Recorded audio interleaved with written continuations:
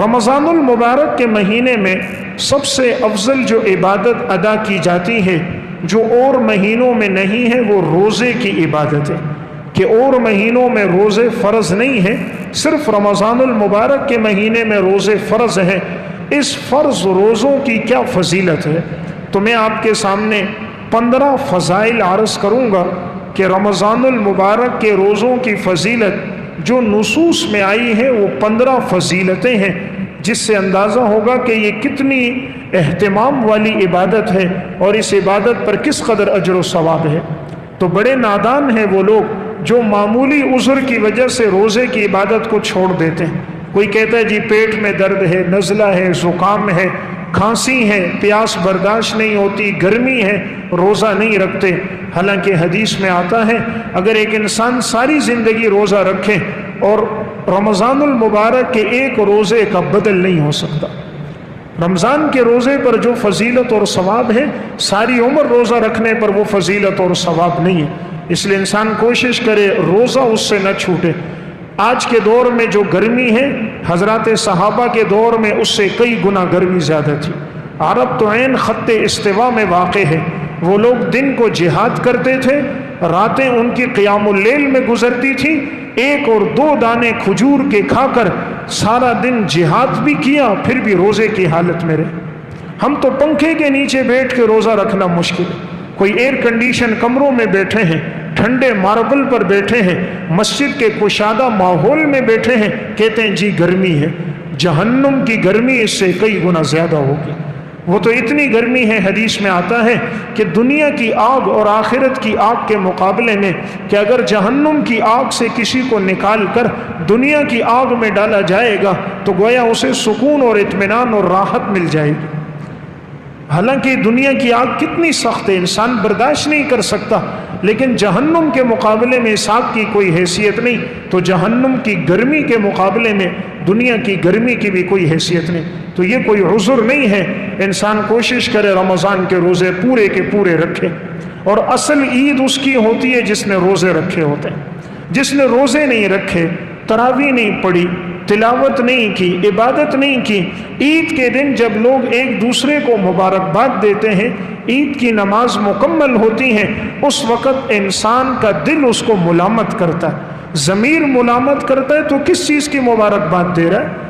روزے تو نے نہیں رکھے، عبادت تو نے نہیں کی، تراویح تو نے نہ پڑھی، تلاوت تو نے نہ کی۔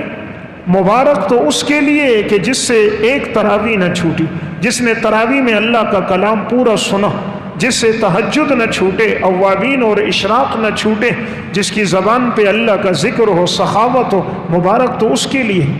اس لیے ہم کوشش کریں ماہ مبارک کے اندر روزوں کا خاص طور پہ اہتمام ہو، روزہ ہم سے نہ چھوٹے۔ اب روزے کی فضیلتیں کتنی ہیں تو میں نے عرض کیا 15 فضیلتیں۔ نمبر 1، سب سے پہلی فضیلت، روزے کے برابر کوئی عبادت نہیں، روزے کے برابر کوئی عبادت نہیں۔ سنن نسائی کی روایت ہے، نبی اکرم صلی اللہ علیہ وسلم سے پوچھا گیا ای العمل افضل، سب سے افضل عمل کون سا ہے؟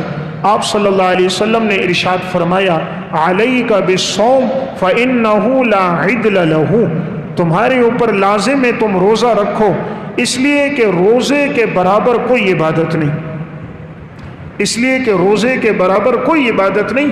تو گویا حدیث میں آپ نے روزے کو افضل عبادت قرار دیا ہے۔ نمبر 2، روزے دار کی دعا قبول ہوتی ہے۔ جو آدمی روزے کی حالت میں ہو، افطاری کے وقت دعا کرتا ہے، اللہ رب العزت دعا قبول فرماتے ہیں۔ نبی اکرم صلی اللہ علیہ وسلم نے فرمایا ثلاث دعوات مستجابات، 3 دعائیں اللہ قبول فرماتا ہے۔ نمبر 1 دعوت الصائم، روزے دار کی دعا۔ نمبر 2 دعوت المسافر، مسافر کی دعا۔ نمبر 3 دعوت المظلوم، مظلوم کی دعا۔ یہ روایت امام بیہقی نے شعب الایمان میں نقل کی ہے۔ تو اس روایت میں جن 3 آدمیوں کی دعا قبول ہوتی ہے ان میں ایک روزہ دار بھی ہے۔ نمبر 3، روزے داروں کے لیے اللہ نے جنت کا ایک دروازہ مخصوص کر دیا ہے۔ جنت کے دروازوں میں ایک دروازہ صرف ان لوگوں کے لیے ہوگا جو روزہ رکھتے تھے، وہ اس دروازے سے جنت میں داخل ہوں گے۔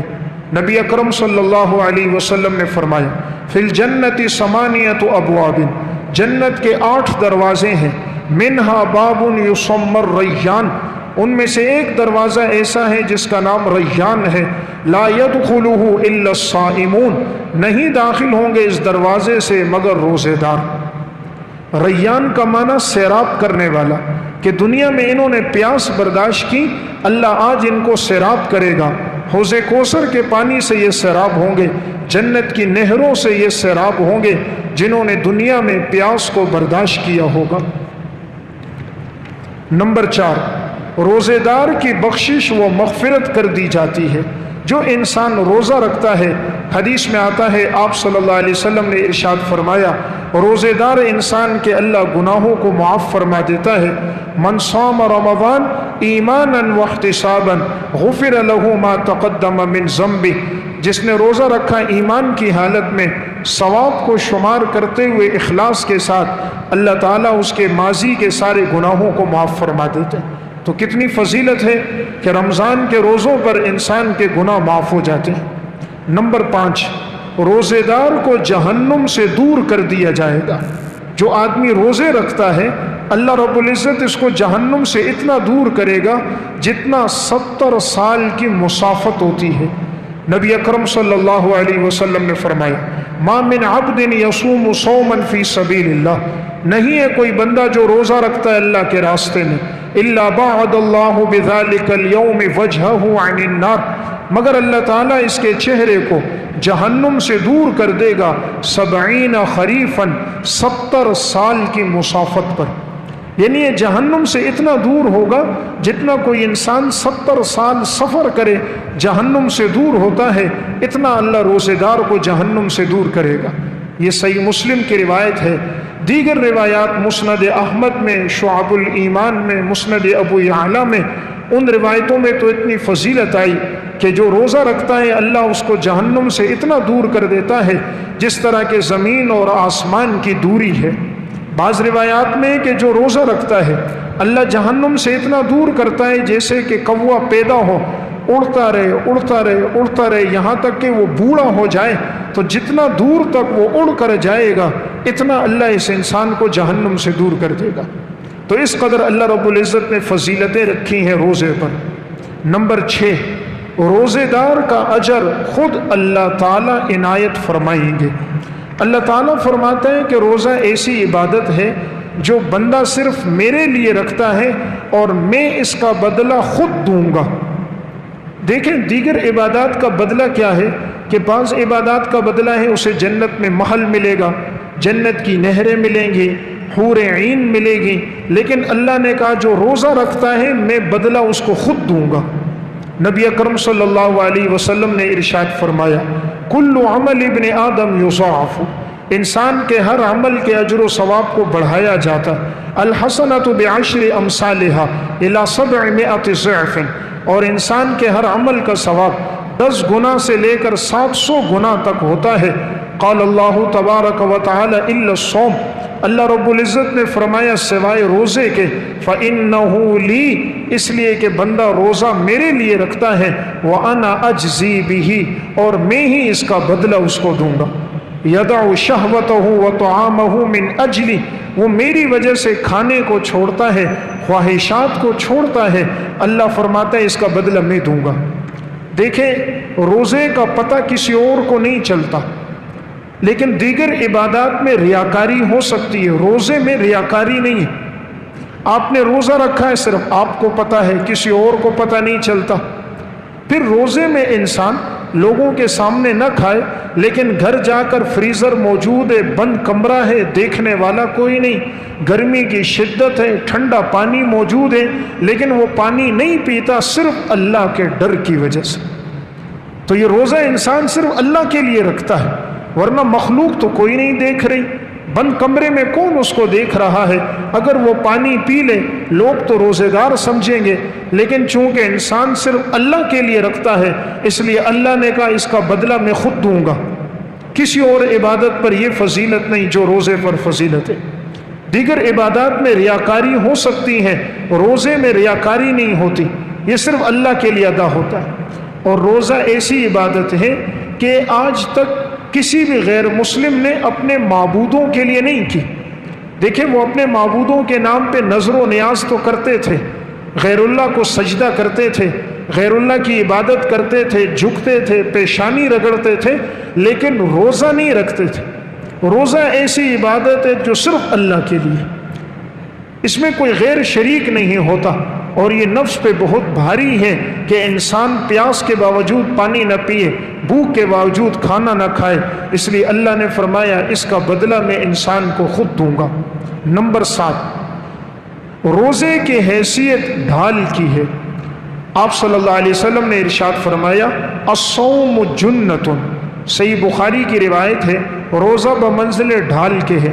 جس طرح ڈھال انسان کو بچاتی ہے کہ اگر ہاتھ میں ڈھال ہو، کوئی تیر تلوار سے حملہ کرے تو انسان ڈھال کے ذریعے بچتا ہے، جو آدمی روزے کی حالت میں ہوتا ہے وہ گناہوں سے بچتا ہے۔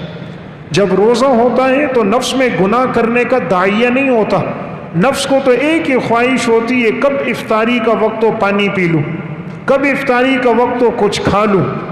جیسے ایک غریب تھا، اس نے کھانا نہیں کھایا تھا، اس سے کسی نے پوچھا 2 اور 2 کتنے ہوتے ہیں؟ اس نے کہا 4 روٹیاں۔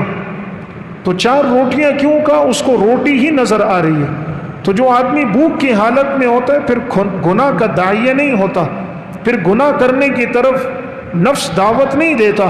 انسان کی یہی فکر ہوتی ہے افطاری کا وقت ہو میں کچھ پانی کے گھونٹ پی لوں تاکہ پیاس دور ہو جائے۔ تو یہ ایسی عبادت ہے جو ڈھال ہے، انسان کو گناہوں سے بچاتی ہے۔ نمبر 8، روزے دار کو دنیا اور آخرت دونوں کی خوشیاں ملیں گی۔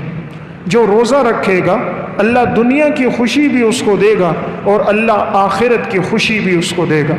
نبی اکرم صلی اللہ علیہ وسلم نے ارشاد فرمایا للصائم فرحتان، روزے دار کے لیے خوشی کے 2 موقع ہیں۔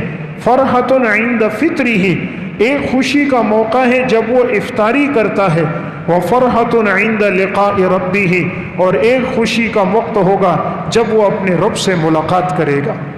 دیکھیں انسان کو 2 خوشیاں ہوتی ہیں، ایک جس وقت وہ افطاری کرتا ہے نا خوش ہو جاتا ہے، اس لیے جب مغرب کی نماز کے لیے آتے ہیں حشاش بشاش ہوتے ہیں، مسکراتا ہوا انسان آتا ہے، راستے میں جو ملتا ہے خندہ پیشانی سے ملتا ہے، افطاری کے وقت دل بڑا خوش ہوتا ہے، تو اللہ دنیا میں بھی بدلہ دیتا ہے، اور جب اللہ سے قیامت کے دن انسان ملے گا تو آپ نے فرمایا اللہ آخرت میں بھی بدلہ دے گا۔ تو یعنی یہ وہ عبادت ہے جس کا بدلہ دنیا میں بھی ہے اور جس کا بدلہ آخرت میں بھی ہے۔ نمبر 9، روزے دار کے منہ کی بو اللہ کو مشک سے زیادہ پسند ہے۔ انسان جب روزہ رکھتا ہے تو معدے سے ایک بو اٹھتی ہے، اب بظاہر بعض لوگ اس کو بدبو کہتے ہیں، اللہ کے ہاں یہ بدبو نہیں ہے، اللہ کو یہ بو اتنی پسند ہے کہ مشک اور عنبر سے زیادہ اللہ کو پسند ہے۔ نبی اکرم صلی اللہ علیہ وسلم نے ارشاد فرمایا لخلوف فم الصائم اطیب عند اللہ من ریح المسک، روزے دار کے منہ سے جو بو اٹھتی ہے یہ اللہ کو مشک اور عنبر سے زیادہ پسند ہے۔ تو دیکھیں آج ہم خوشبو لگاتے ہیں ہمارے جسم سے خوشبو آئے، اللہ فرماتا ہے اگر تمہارے معدے کی بدبو بھی ہو لیکن چونکہ وہ میرے لیے ہے تو یہ بدبو مجھے مشک اور عنبر سے زیادہ پسند ہے۔ اس لیے جو روزے دار ہوتا ہے اللہ اس کے جسم سے خوشبو جاری کر دیتا ہے۔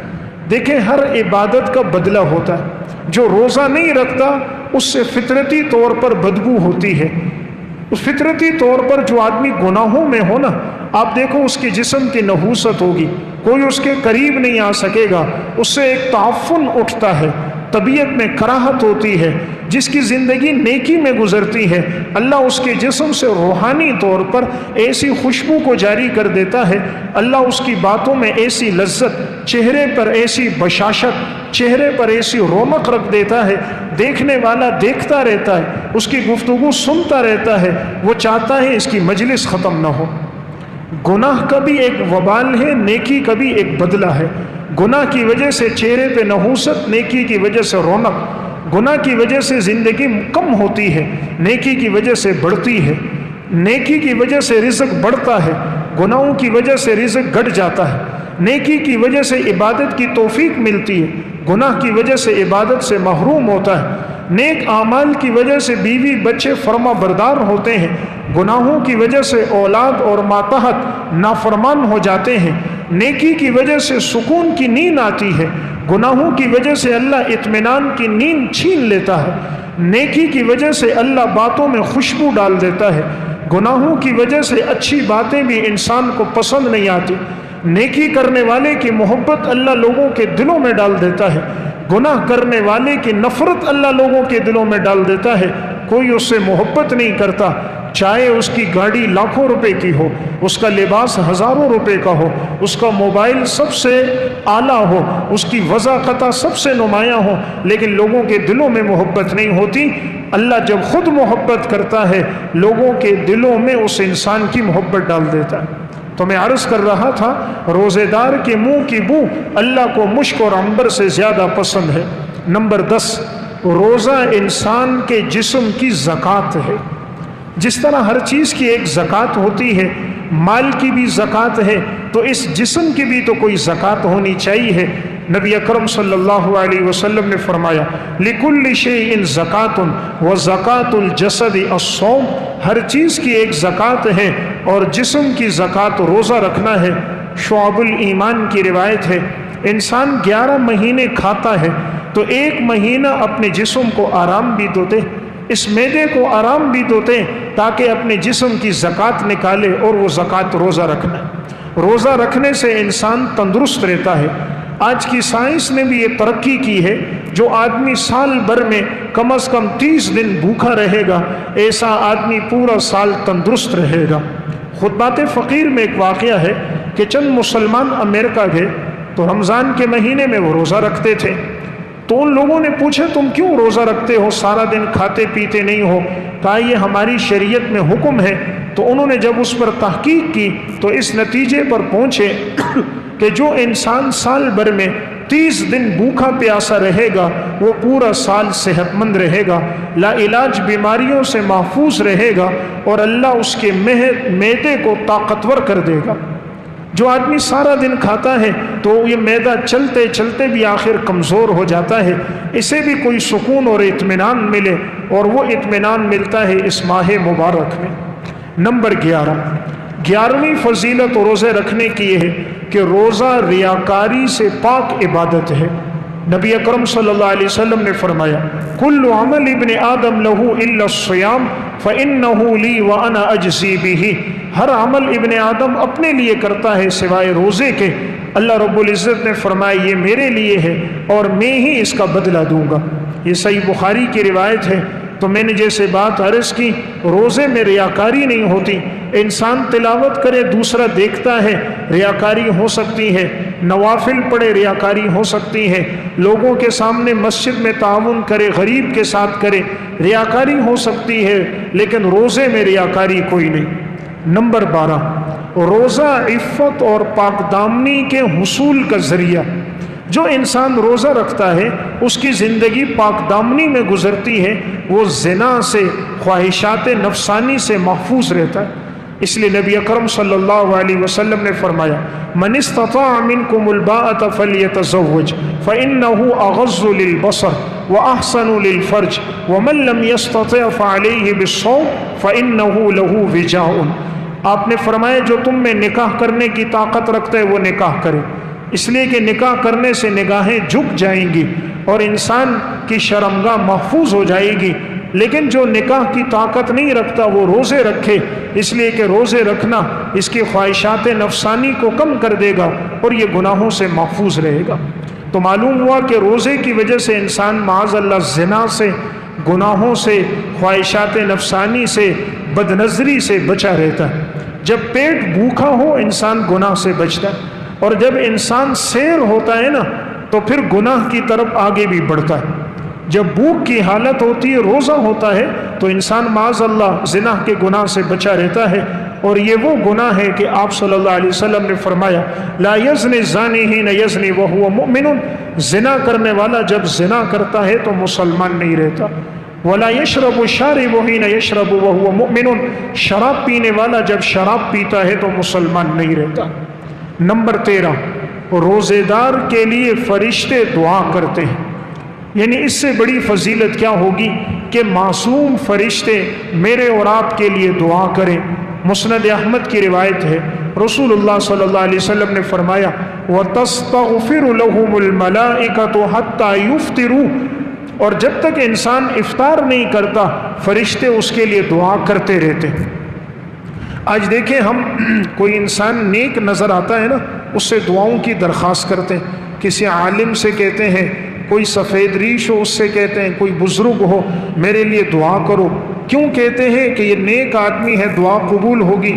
حالانکہ اس نیک آدمی سے بھی گناہ ہوتے ہیں، کیونکہ وہ نیک بھی معصوم تو نہیں ہے، وہ عالم بھی معصوم تو نہیں ہے، اس سے بھی گناہ ہوتے ہیں۔ یعنی ہم نیک لوگوں کی دعا تو طلب کرتے ہیں، فرشتے جو معصوم ہیں جن سے گناہ ہی نہیں ہوتے، اور وہ لوگ کس کے لیے دعا کرتے ہیں؟ وہ فرشتے ان کے لیے کرتے ہیں جو روزے دار ہوتے ہیں۔ روزے دار کے لیے اللہ کے معصوم فرشتے دعا کر رہے ہیں، اس لیے انسان روزہ رکھنے کا اہتمام کرے۔ نمبر 14، روزے دار کو اللہ جنت کے پھل خود کھلائیں گے۔ جو انسان روزہ رکھے گا، روزے کی وجہ سے وہ پانی نہ پی سکا، پھل نہ کھا سکا، کھانا نہ کھا سکا، نبی اکرم صلی اللہ علیہ وسلم ارشاد فرماتے ہیں کہ اللہ رب العزت اس انسان کو خود کھلائے گا، خود پلائے گا۔ دیکھیں اس سے بڑی فضیلت کیا ہے، حدیث میں آتا ہے من منعہ الصیام من الطعام والشراب، جس انسان کو روزے نے کھانے سے اور پینے سے روک دیا، یشتہیہ، حالانکہ اسے خواہش تھی، اسے کھانے کی خواہش تھی، پینے کی حاجت تھی، اطعمہ اللہ من ثمار الجنہ، اللہ اس کو جنت کے پھلوں میں سے کھلائے گا، وسقاہ من شرابہا، اور جنت کے پانی میں سے، جنت کی شراب میں سے اللہ اس کو پلائے گا۔ شعب الایمان کی روایت ہے، دیکھیں آج اگر کوئی نیک آدمی ہمیں گلاس میں پانی دے دے، کوئی متقی پرہیزگار آدمی ہمیں کھانا ڈال کر پیش کرے، ہم کتنے خوش ہوتے ہیں، فلاں نے مجھے پانی پیش کیا، فلاں ڈی ایس پی، فلاں ڈی آئی جی، فلاں گورنر، فلاں مسجد کے امام صاحب نے مجھے کھانا کھلایا، مجھے کھانا پیش کیا۔ جس کو خود خدا کھلائے، جس کو رب العالمین کھلائے، جس کو رب السماوات والارض کھلائے، اس کا کیا مقام ہے؟ تو اللہ اس کو کھلائے گا جس نے روزے رکھے ہوں گے۔ سب سے آخری اور 15ویں اور اہم فضیلت وہ یہ ہے کہ روزہ ایسا سفارشی ہے کہ جس کی سفارش اللہ کے ہاں قبول ہے، کہ جس انسان نے روزے رکھے ہوں گے، روزہ اور قرآن، حدیث میں آتا ہے یہ دو ایسی چیزیں ہیں کہ یہ بندے کے لیے سفارش کریں گی، اور اس وقت تک سفارش کریں گے جب تک کہ ان کی شفاعت نہ ہو جائے اور اللہ انہیں جہنم سے ان کی خلاصی نہ کر دے۔ نبی اکرم صلی اللہ علیہ وسلم نے ارشاد فرمایا الصیام والقرآن یشفعان للعبد، روزہ اور قرآن بندے کے لیے سفارش کریں گے۔ یقول الصیام، روزہ کہے گا اے ربی انی منعتہ الطعام والشہوات بالنہار، اے اللہ میں نے اس کو کھانے سے، خواہشات سے، پینے سے دن بھر میں روک کے رکھا، فشفعنی فیہ، اے اللہ تو میری سفارش کو قبول فرما۔ اللہ اس کی سفارش قبول کریں گے۔ وَيَقُولُ الْقُرْآنُ، اور قرآن کہے گا مَنَعْتُهُ النَّوْمَ بِاللَّيْلِ، میں نے اس کو روک کے رکھا، ساری رات یہ سو نہ سکا، تلاوت کرتا رہا، قیام اللیل میں قرآن پڑھتا رہا، تراویح میں قرآن سنتا رہا، فشفعنی فیہ، یا اللہ میری سفارش قبول فرما، فیشفعانی، اللہ ان دونوں کی سفارش قبول فرمائے گا۔ تو یہ مسند احمد اور بیہقی کی روایت ہے۔ تو اس روایت میں یہ بات معلوم ہوئی کہ سب سے بڑھ کر ایک فضیلت یہ ہے کہ روزہ جو ہے وہ انسان کے لیے سفارش کرتا ہے، جب تک اس کے لیے معافی نہیں ہوتی روزہ سفارش کرتا ہے۔ اسی طرح تلاوت اور قرآن یہ اس وقت تک انسان کے لیے بخشش طلب کرتے ہیں جب تک کہ اس کے لیے مغفرت نہ ہو جائے۔ تو دیکھیں اس حدیث میں دو چیزوں کو جمع کیا گیا ہے، روزے کو اور تلاوت کو، تو ان کی آپس میں بڑی مناسبتیں ہیں۔ اسی لیے تو اللہ نے رمضان میں قرآن کو نازل کیا، تو یہ ماہ مبارک تلاوت کے لیے، اس لیے اس میں زیادہ سے زیادہ کوشش ہو روزے کے ساتھ تلاوت کا عمل جاری رکھیں۔ تلاوت اللہ کے ہاں ایسی پسندیدہ عبادت ہے، بسا اوقات صرف تلاوت پر اللہ مغفرت فرما دیتے ہیں۔